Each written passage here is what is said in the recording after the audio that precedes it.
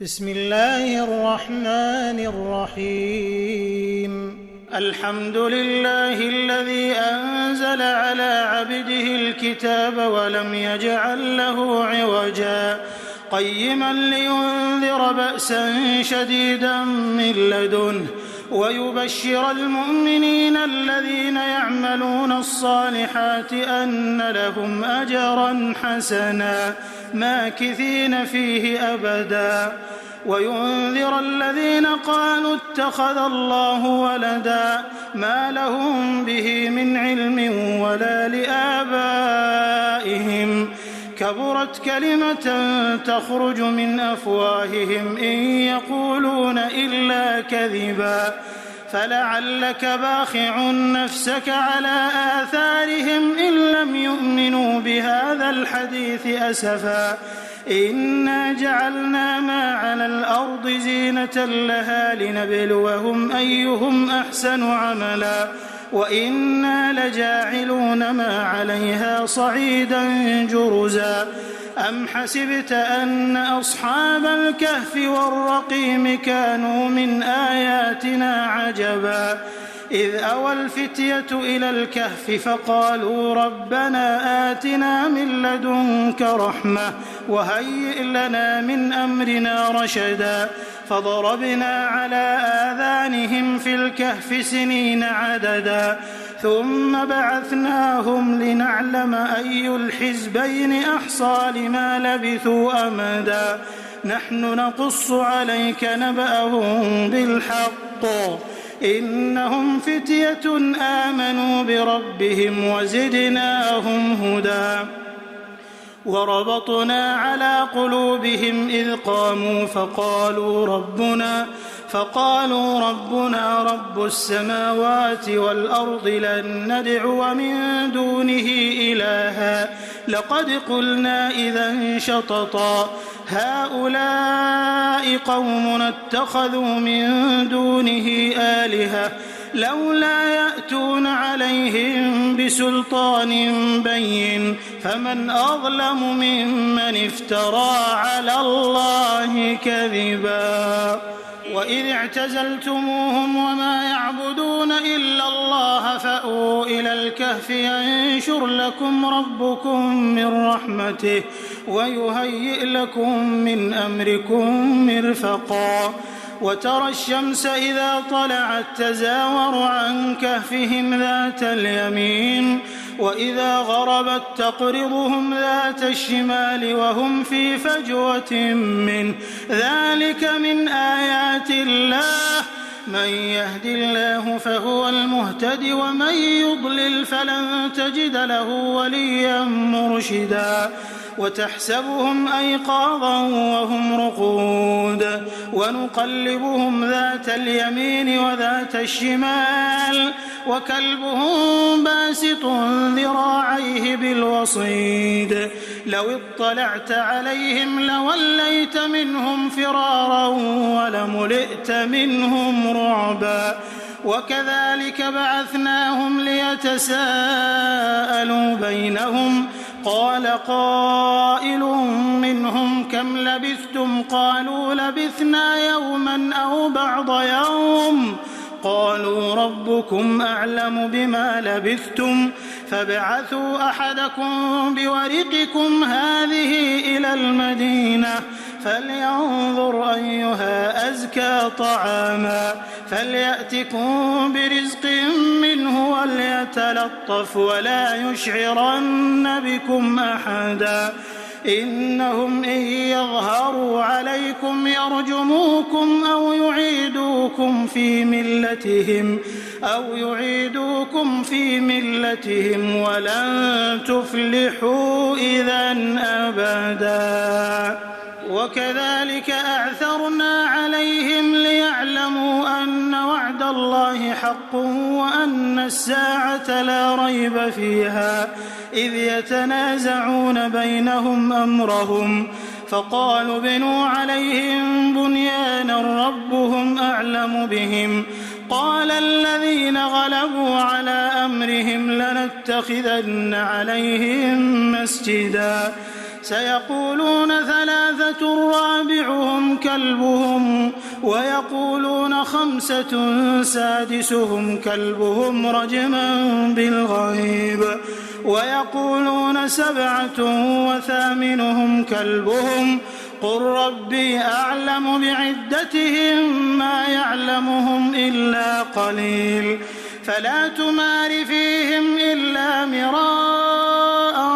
ظاهرا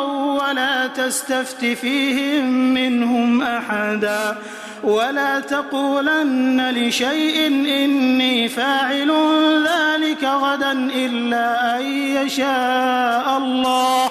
واذكر ربك إذا نسيت وقل عسى أن يهديني ربي لأقرب من هذا رشدا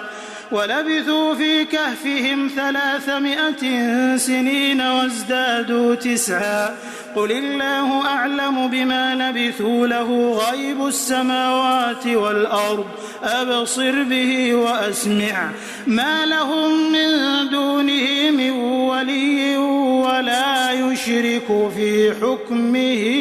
أحدا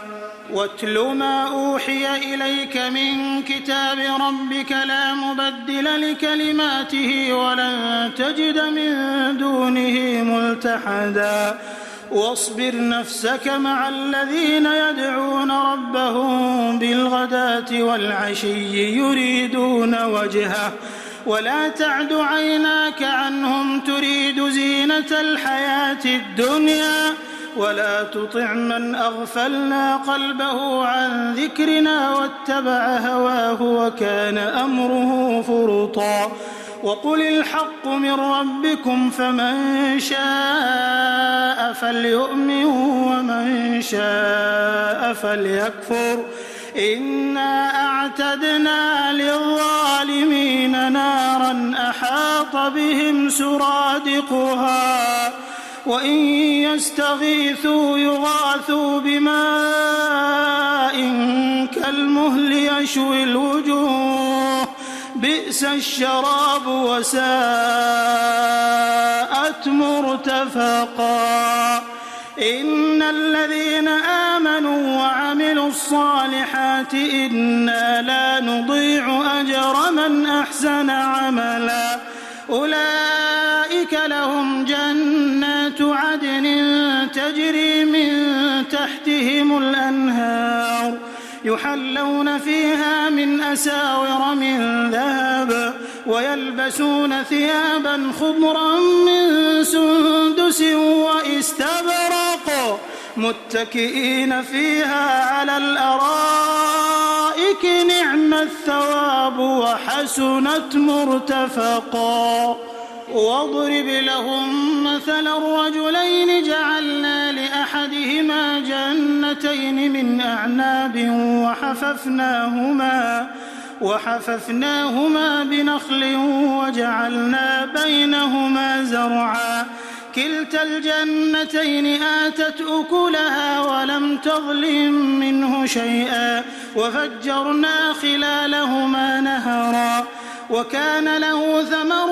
فقال لصاحبه وهو يحاوره أنا أكثر منك مالا وأعز نفرا ودخل جنته وهو ظالم لنفسه قال ما أظن أن تبيد هذه أبدا وما أظن الساعة قائمة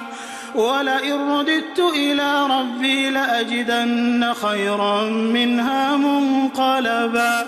قال له صاحبه وهو يحاوره أكفرت بالذي خلقك من تراب ثم من نطفة ثم سواك رجلا لكن هو الله ربي ولا أشرك بربي أحدا لكن هو الله ربي ولا أشرك بربي أحدا ولولا إذ دخلت جنتك قلت ما شاء الله لا قوة إلا بالله إن ترني أنا أقل منك مالا وولدا فعسى ربي أن يؤتيني خيرا من جنتك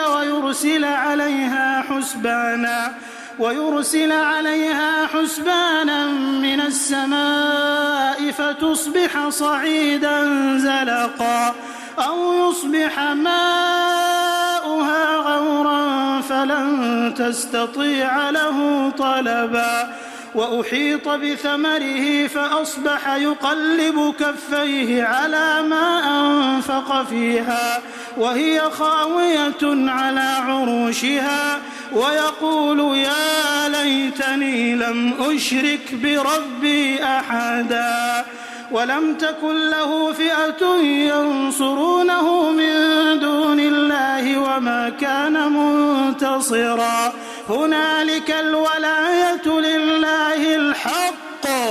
هو خير ثوابا وخير عقبا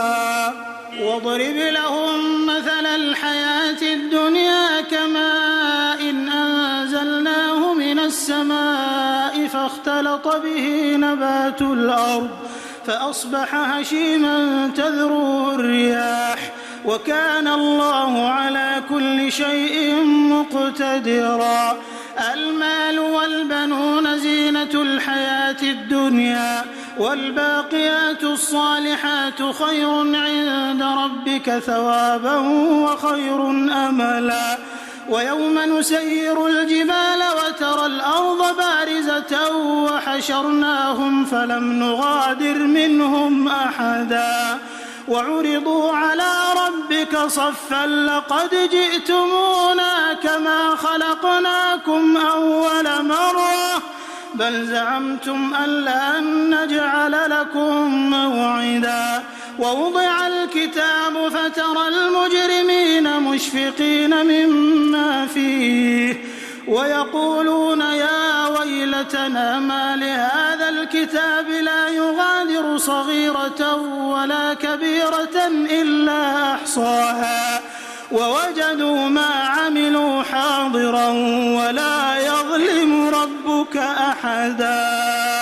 وإذ قلنا للملائكة اسجدوا لآدم فسجدوا إلا إبليس كان من الجن ففسق عن أمر ربه أفتتخذونه وذريته أولياء من دوني وهم لكم عدو بئس للظالمين بدلا ما أشهدتهم خلق السماوات والأرض ولا خلق أنفسهم وما كنت متخذ المضلين عضدا ويوم يقول نادوا شركائي الذين زعمتم فدعوهم فلم يستجيبوا لهم وجعلنا بينهم موبقا ورأى المجرمون النار فظنوا أنهم مواقعوها ولم يجدوا عنها مصرفا ولقد صرفنا في هذا القرآن للناس من كل مثل وكان الإنسان أكثر شيء جدلا وما منع الناس أن يؤمنوا إذ جاءهم الهدى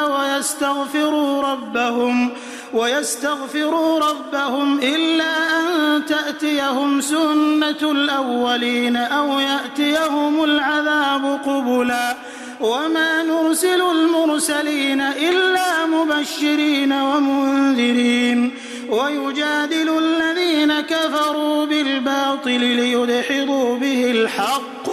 واتخذوا آياتي وما أنذروا هزوا ومن أظلم ممن ذكر بآيات ربه فأعرض عنها ونسي ما قدمت يداه إنا جعلنا على قلوبهم أكنة أن يفقهوه وفي آذانهم وقرا وإن تدعهم إلى الهدى فلن يهتدوا إذا أبدا وربك الغفور ذو الرحمة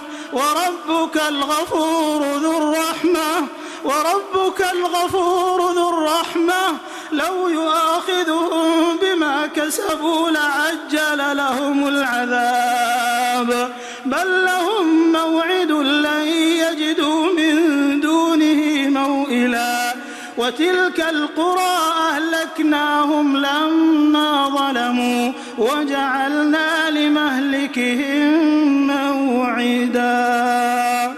وإذ قال موسى لفتاه لا أبرح حتى أبلغ مجمع البحرين أو أمضي حقبا فلما بلغا مجمع بينهما نسيا حوتهما فاتخذ سبيله في البحر سربا فلما جاوزا قال لفتاه آتنا غداءنا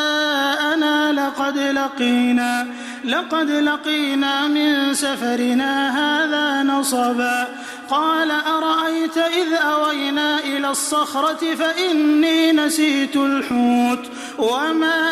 أنسانيه إلا الشيطان أن أذكره واتخذ سبيله في البحر عجبا قال ذلك ما كنا نبغي فارتدا على آثارهما قصصا فوجدا عبدا من عبادنا آتيناه رحمة من عندنا وعلمناه من لدنا علما قال له موسى هل أتبعك على أن تعلمني مما علمت رشدا قال إنك لن تستطيع معي صبرا وكيف تصبر على ما لم تحط به خبرا قال ستجدني إن شاء الله صابرا ولا أعصي لك أمرا قال فإن اتبعتني فلا تسألني عن شيء حتى أحدث لك منه ذكرا فانطلقا حتى إذا ركبا في السفينة خرقها قال أخرقتها لتغرق أهلها لقد جئت شيئا إمرا قال ألم أقل إنك لن تستطيع معي صبرا قال لا تؤاخذني بما نسيت ولا ترهقني من أمري عسرا فانطلقا حتى إذا لقيا غلاما فقتله قال أقتلت نفسا زكية بغير نفس لقد جئت شيئا نكرا قال ألم أقل لك إنك لن تستطيع معي صبرا قال إن سألتك عن شيء بعدها فلا تصاحبني قد بلغت من لدني عذرا فانطلقا حتى إذا أتيا أهل قرية استطعما أهلها فأبوا أن يضيفوهما فوجدا فيها جدارا يريد أن ينقض فأقامه قال لو شئت لاتخذت عليه أجرا قال هذا فراق بيني وبينك سأنبئك بتأويل ما لم تستطع عليه صبرا أما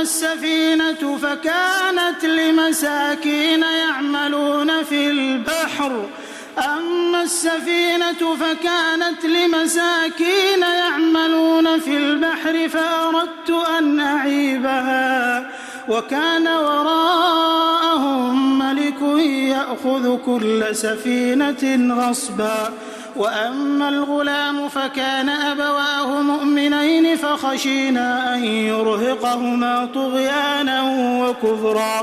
فأردنا أن يبدلهما ربهما خيرا منه زكاة وأقرب رحما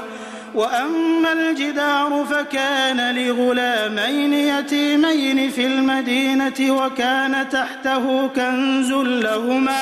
وكان أبوهما صالحا فأراد ربك أن يبلغا أشدهما ويستخرجا كنزهما رحمة من ربك وما فعلته عن أمري ذلك تأويل ما لم تسطع عليه صبرا ويسألونك عن ذي القرنين قل سأتلو عليكم منه ذكرا إنا مكنا له في الأرض وآتيناه من كل شيء سببا فأتبع سببا